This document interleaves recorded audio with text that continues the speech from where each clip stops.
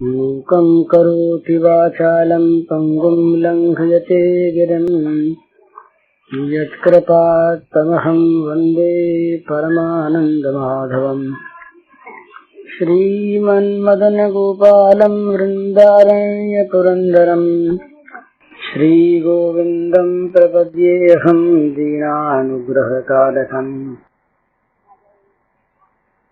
वंशीविभूषितकरान्नवनीरदाघात् पीताम्बरादरुणबिम्बफलाधरोष्ठात् पूर्णेन्दुसुन्दरमुखादरविन्दनेत्रात् कृष्णात् परं किमपि तत्त्वमहं न जाने। नवजलधरवर्णं चम्पकोद्भासिकर्णं विकसितनलिनास्यं स्फुरन्मन्दहास्यम्। कनकरुचिदुकूलं चारुबर्हावचूलं कमपि निखिलसारं नवं गोपीकुमारम्। भगवान में विश्वास और जगत के भोगों से निराशा, ये दोनों चीजें बड़े साधन से मिलती हैं, बड़े भाग्य से मिलती हैं। जगत से जब तक आशा रहती है, जगत के पदार्थों से, संबंधियों से, स्थितियों से, तब तक मनुष्य का भगवान पर विश्वास नहीं है। मोर दास कहा ही नर आशा, करई तो कहो कहाँ विश्वासा। तो जब तक संसार के पदार्थों पर, प्राणियों पर, स्थितियों पर, अवस्थाओं पर भरोसा और आशा है, तब तक भगवान पर विश्वास नहीं है। इस प्रकार संसार का ये पदार्थ मिल जाएगा, इस प्रकार ऐसी स्थिति हो जाएगी, अमुक आदमी हमारे साथ इस प्रकार बर्ताव करेगा, इस प्रकार की धारणा और उस धारणा से सुख की आशा, ये जब तक मनुष्य के मन में रहती है, तब तक सत्य ये है कि उसका भगवान पर विश्वास। भगवत विश्वासी पुरुष जगत की परिस्थितियों की परवाह नहीं करता, जगत के पदार्थों की ऐसी आशा नहीं रखता और जगत के प्राणियों से आशा नहीं रखता। दूसरों की आशा वो जहाँ तक उससे बनता है पूरी करता है, पर दूसरों से आशा नहीं रखता। व्यवहार में हम बातचीत करें वो अलग चीज है, पर आशा यदि दूसरों पर होगी तो आशा पूर्ण न होने पर दुख होगा, ये कसौटी है आशा थी कि नहीं।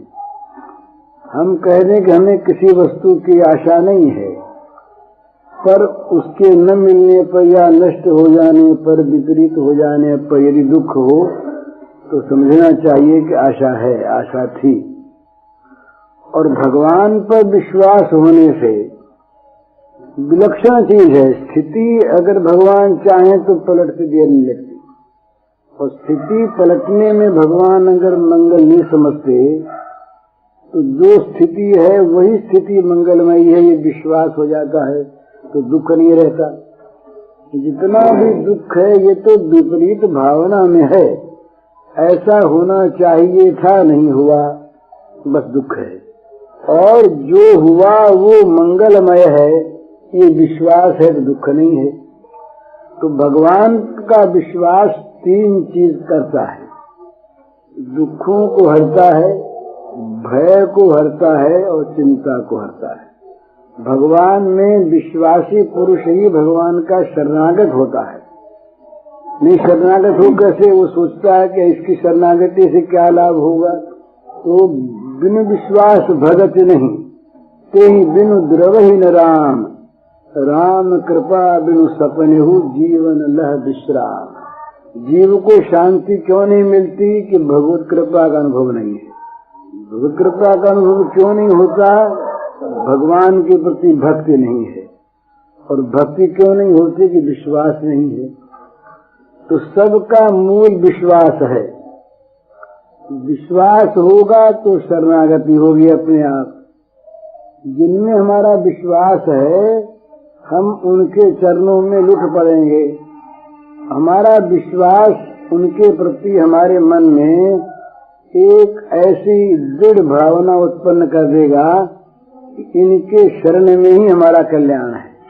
परंतु जहाँ विश्वास डगमग होगा वहाँ शरणागति में व्यभिचार होगा। व्यभिचार का अर्थ ये है कि पूरा पूरा मन, पूरा पूरा जीवन अर्पण नहीं होगा। भय रहेगा, भय रहेगा मन में। ये होगा भाई इनका तो ठीक है, पर अमुक अमुक चीज साथ होगी तब न काम होगा। अरे भगवान पर विश्वास तो ठीक है, पर भगवान भी किसी के द्वारा ही कराएंगे ना। भगवान भी किसी दूसरी प्रक्रिया से, किसी दूसरे साधन से न हमारा काम करेंगे, खुद थोड़े करेंगे। इतने उसमें विश्वास कम हो गया। भगवान पर विश्वास जो है वो तो होता है सर्वांश में, तब उसका नाम विश्वास है। और जहाँ विश्वास में व्यभिचार है, जैसे पतिव्रता पत्नी अपने पति के सिवा किसी से भी पति सुख की आशा नहीं रखती। अगर जरासी भी आशा पति सुख की दूसरे से है तो व्यभिचार है। इसी प्रकार भगवान का विश्वासी शरणागत भक्त दूसरे की आशा भरोसा का सर्वथा परित्याग करने वाला होता है।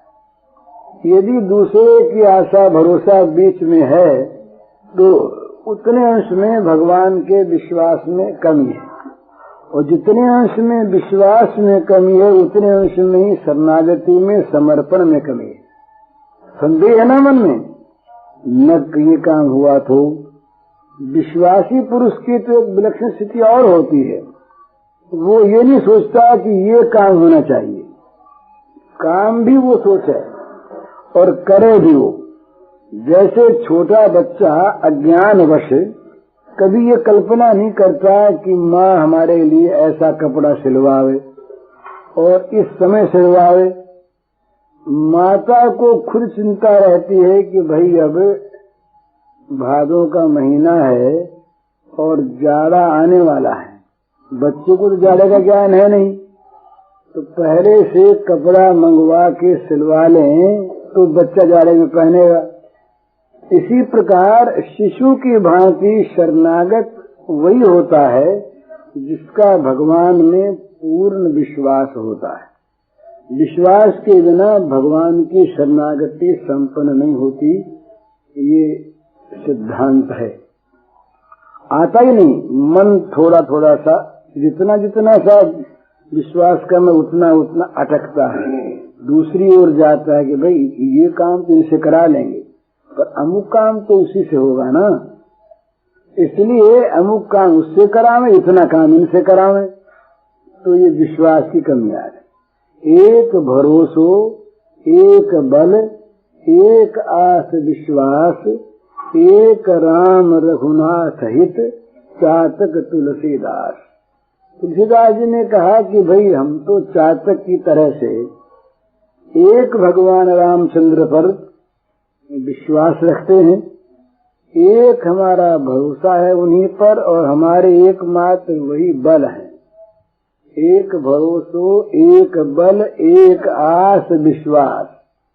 यदि भरोसे में, बल में, आशा में, विश्वास में भगवान के साथ किसी दूसरे को भी ला के बैठा दिया तो भगवान के बल में, भगवान की कृपा में, भगवान के सौहार्द में, भगवान की शक्ति में कुछ कमी मालूम हुई ना, ये सब काम ही कर सकेंगे।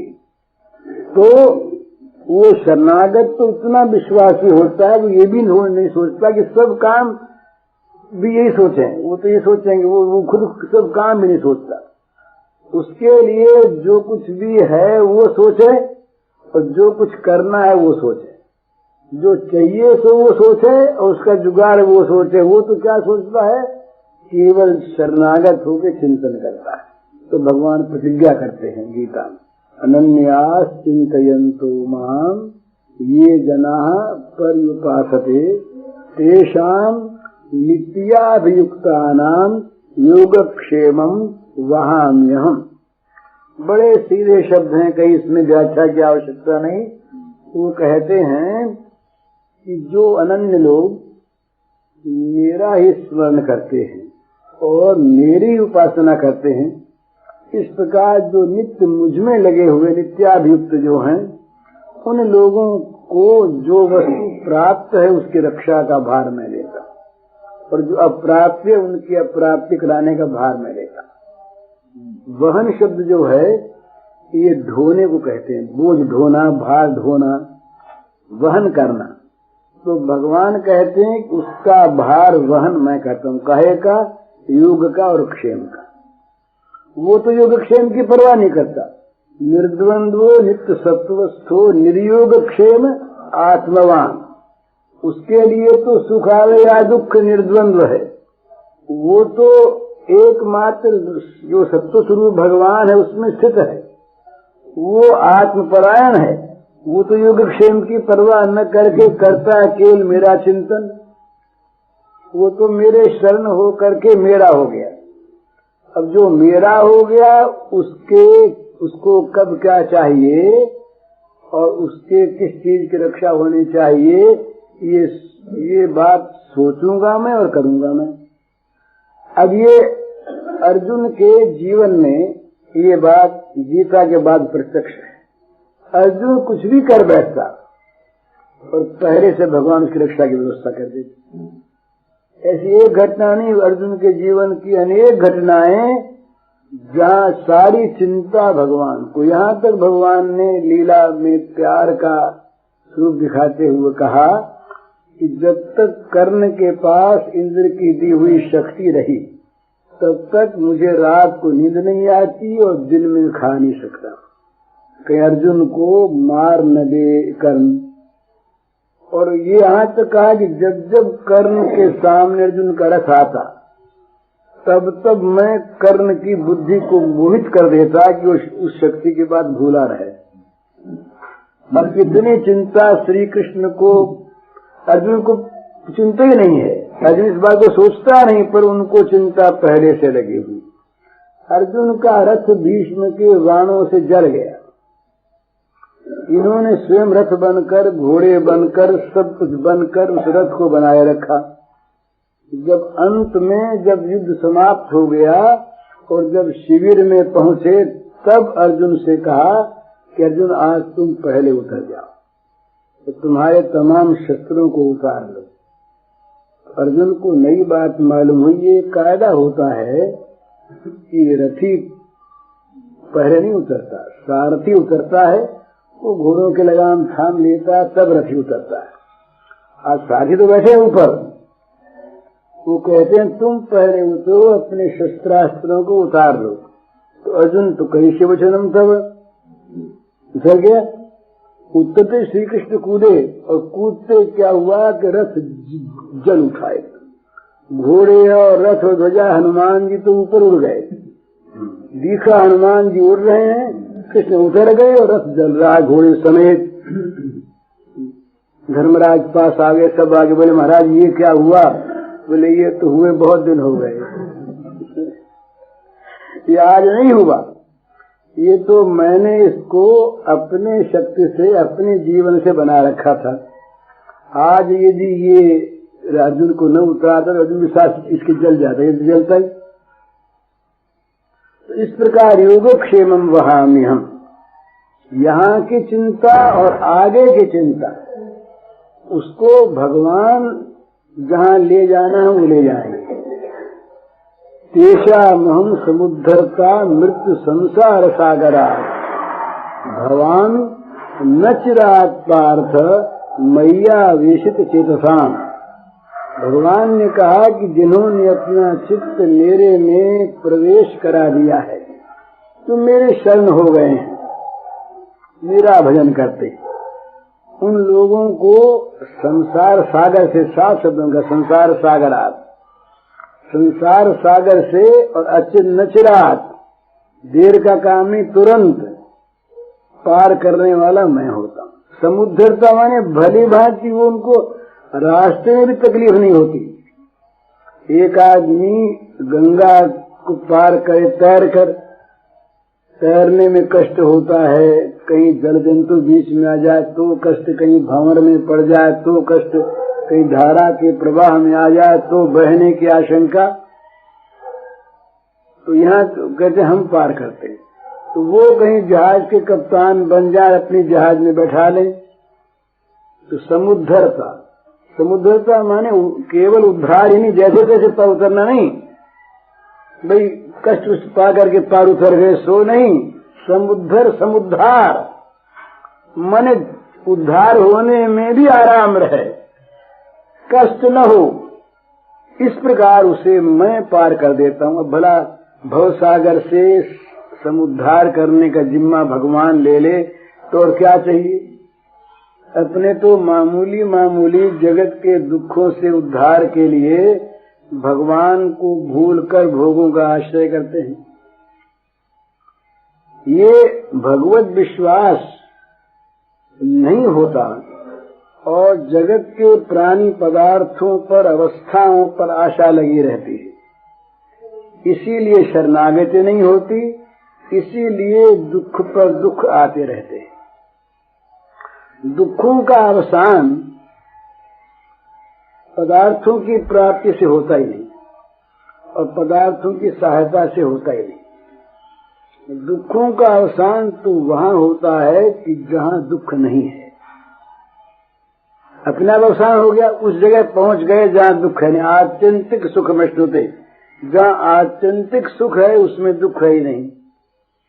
तो वो है भगवान के चरणारविंद। जब तक हम उन भगवान पर विश्वास करके उनका भजन न करके भोगों पर आशा रख के भोगों का भजन करते हैं, तब तक ये माया का चक्र हम पर लगा ही रहेगा। दैवी येषा गुणमयी मम माया दुरत्यया मामेव ये प्रपद्यन्ते मायाम एताम तरन्ति ते। भगवान ने कहा भाई मेरी माया जो है बड़ी दुरत्य है। इस माया से कोई आदमी अपना पुरुषार्थ करके पार लंघ जाए बहुत कठिन, बहुत दुरत्य है ना। तो इस माया से पार कौन जाते हैं? इस गुणमयी जो मेरी माया है जगत को मोहित करने वाली, इससे पार कौन जाते हैं? मामेव ये प्रपद्यन्ते, ये माम एव प्रपद्यन्ते, जो मेरे ही शरण हो जाते हैं, जो मेरे ही प्रपन्न हो जाते हैं। शिष्यस्तेहं साधिमाम त्वाम प्रपन्नम। अर्जुन प्रपन्न हो गया तो बस काम बन गया। तो कहते हैं कि मामेव ये प्रपद्यन्ते, जो मेरे ही प्रपन्न हो जाते हैं, मेरी ही शरण में आ जाते हैं, वो इस माया से पार होते हैं। तो भगवान की शरण में कौन जाता है? जो भगवान में विश्वास करने वाला होता है। तो भगवत विश्वास और विषय की आशा, इन दोनों में बड़ा विरोध है। विषय से विरोध नहीं है। विषय यदि भगवान की पूजा के लिए रहे तो कोई आपत्ति नहीं। विषयों से जो आशा है सुख की, समृद्धि की, आराम की, शांति की, उद्धार की, उन्नति की, प्रगति की, ये जितनी भी शुभ आशाएं हम विषयों से करते हैं, ये दुराशा है, क्योंकि उनमें चीज है नहीं। जो चीज जहां नहीं है वो कहां से मिलेगी? तो तुलसीदास जी ने कहा कि मृग जल से किसकी तृष्णा मिटी हो, तो विषयों से किसकी तृष्णा मिटे? है ही नहीं ना। पानी जहाँ है नहीं, केवल बालू में ही लहरियां पड़ी हुई हैं और बालू उत्तप्त है। हम चाहें ये बालू हमारी प्यास बुझा दे, तो बुझाएगा कैसे? है नहीं। तो इसीलिए जब तक मनुष्य जगत के पदार्थों की, भोगों की भोग वस्तुओं की और जगत के संबंधियों की और प्राणियों की आशा करेगा, तब तक कदापि वो सफल नहीं होगा। परंतु मुश्किल ये है, सबसे बड़ी मुश्किल ये, हम कहते सुनते तो हैं, परंतु कहने सुनने वालों के मन पर भी जब देखा जाता है तो एक मोह पड़ा हुआ है, विषयों की आशा है और भगवान में पूरा विश्वास नहीं। भगवान में पूरा विश्वास हो तो विषयों की आशा रहे नहीं, और विषयों की आशा है तो भगवान में पूरा विश्वास है नहीं। ये जहाँ राम तह काम नहीं, जहाँ राम नहीं काम, तुलसी कबहू की रह सके, रवि रजनी एक ठाम। जैसे सूर्य और रात्रि दोनों एक साथ एक जगह नहीं रह सकते, इसी प्रकार से भोग और भगवान एक साथ नहीं रह सकते। भोग या तो भगवान के दास होकर के रहेंगे और नहीं तो नहीं रहेंगे, और अगर भोग रहते हैं भगवान के समकक्ष होकर तो वहां भगवान छिप जाए। तो हमारे हृदयों में से भगवान छिपे हुए हैं। क्यों छिपे हुए हैं? कि जिस विश्वास से भगवान प्रकट होते हैं वो विश्वास हम में नहीं है। भगवान को तो आवश्यकता है नहीं कि वो उसको उनको कोई माने, इसलिए वो कोई चमत्कार दिखलावें। हम अगर विश्वास नहीं करते हैं तो हम भगवान की कृपा से वंचित रह जाते। बिन विश्वास भगत नहीं ते बिन द्रवहीन राम, राम कृपा बिन सपन जीव के लिए विश्राम। राम कृपा के बिना तो जीव को शांति मिलती नहीं, और सब पर नित्य बरसने वाली राम कृपा का अनुभव बिना विश्वास के होता नहीं। तो भगवान पर विश्वास हो और भोगों से निराशा हो। आशा ही परमम दुखम, नैराश्यम परमम सुखम। निराशी निर्ममो भूत्वा। भगवान कहते हैं कि आशा छोड़कर, ममता छोड़कर युद्ध करो। आज जगत की आशा, भागवत में आया, जगत की आशा ही परम दुख रूप है और जगत से निराशा ही परम सुख है। नैराश्यम परमम सुखम। पर ये जगत की आशा, विषयों की आशा तब तक हमारे मन से दूर नहीं होगी जब तक भगवान पर विश्वास नहीं होगा। जितने भी संत महात्माओं के चरित्र हैं, संतों की वाणी है, इसी बात को बतलाने के लिए है, सिद्ध करने के लिए कि हमारा भगवान पर विश्वास हो जाए। कोई स्थिति भगवान के विश्वास को हटा देती है तो विश्वास कहाँ है? वो तो विश्वास उस परिस्थिति पर है ना। अमुक परिस्थिति हो तब तो भगवान की कृपा, और अमुक परिस्थिति हो तो भगवान की कृपा नहीं। तो वो कृपा निर्भर करती परिस्थिति पर ना। भगवान की कृपा अखंड है, अपार है, अनंत है, अचल है, सर्वदा है, सर्वथा है, ये बात तो नहीं मानी गई ना। परिस्थिति के अधीन भगवान की कृपा की मान्यता हुई। अगर हमारे मन के अनुकूल परिस्थिति है तो भगवान की कृपा, और मन के प्रतिकूल परिस्थिति है तो भगवान की कृपा नहीं। भाई बोले उस पर तो बड़ी कृपा है, और आजकल हम पर तो भगवान का कोप हो रहा, न मालूम क्या है। भगवान की कृपा हम पर तो होती ही नहीं। तो होती नहीं का अर्थ क्या है? हमारे अनुकूल स्थिति आती ही नहीं।